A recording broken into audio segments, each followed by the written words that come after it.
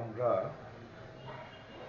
বিশ্ব রাজনীতির একটি বিশেষ ঘটনা নিয়ে কথা বলবো।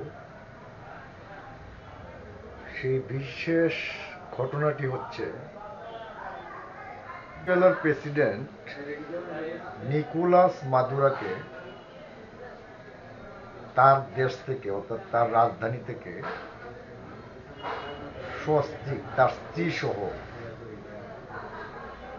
গ্রেপ্তার করে নিয়ে গেছে বা উঠিয়ে নিয়ে গেছে মার্কিন সরকার। এই বিষয়টা রাষ্ট্রের সার্বভৌমত্ব যে ধারণা, সেই ধারণার উপর একটা বিশাল আঘাত। সার্বভৌমত্ব নিয়ে কথা বলবো।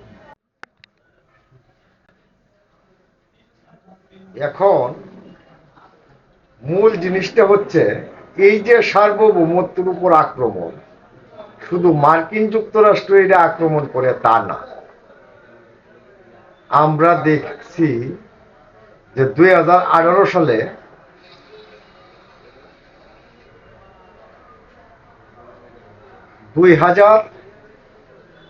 সালে একজন সাংবাদিক ছিলেন, সৌদি সাংবাদিক, ভিন্ন মতাবলম্বী, তার নাম ছিল জামাল খাশোগি। তাকে ইস্তাম্বুলে একটি দূতাবাসের মধ্যে হত্যা করা হয়েছে। এলে একটা রাষ্ট্রের মানুষ, একটা রাষ্ট্রের বাহিনী আর একটা রাষ্ট্রের মধ্যে গিয়ে সেই দেশে যদি কোনো মানুষকে হত্যা করে, তাহলে সেটাও সেই রাষ্ট্রের উপর একটা সার্বভৌমত্বের উপর আঘাত এসে যায়। 2023 সালে হরদীপ সিং নির্জার নামে একজন শিখ নেতাকে হত্যা করা হয়েছে কানাডায়। সেটা বিদেশি একটি বাহিনী গিয়ে সেখানে হত্যা করেছে।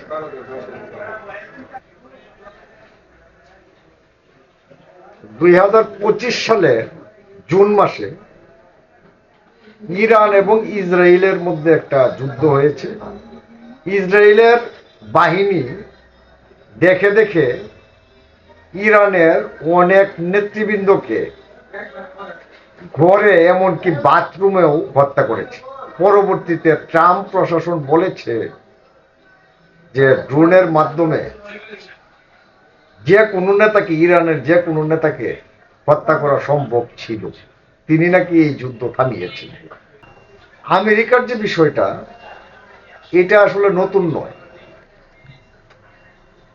1990 সালে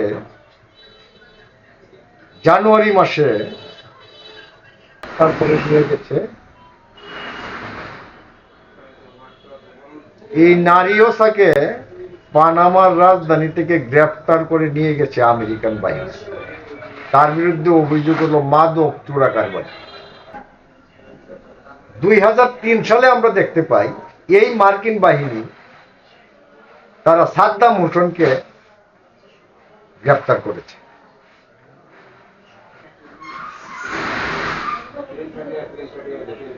2022 সালে যে প্রেসিডেন্ট আর্লান্দুকে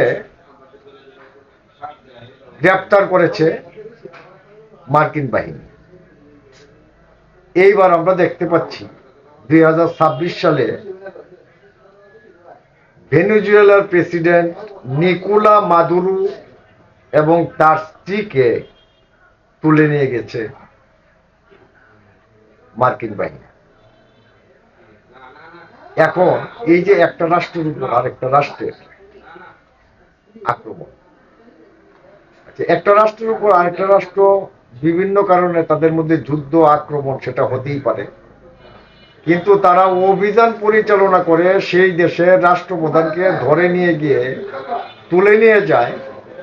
এইটা মূলত একটা রাষ্ট্রের সার্বভৌমত্বের উপর একটা আঘাত।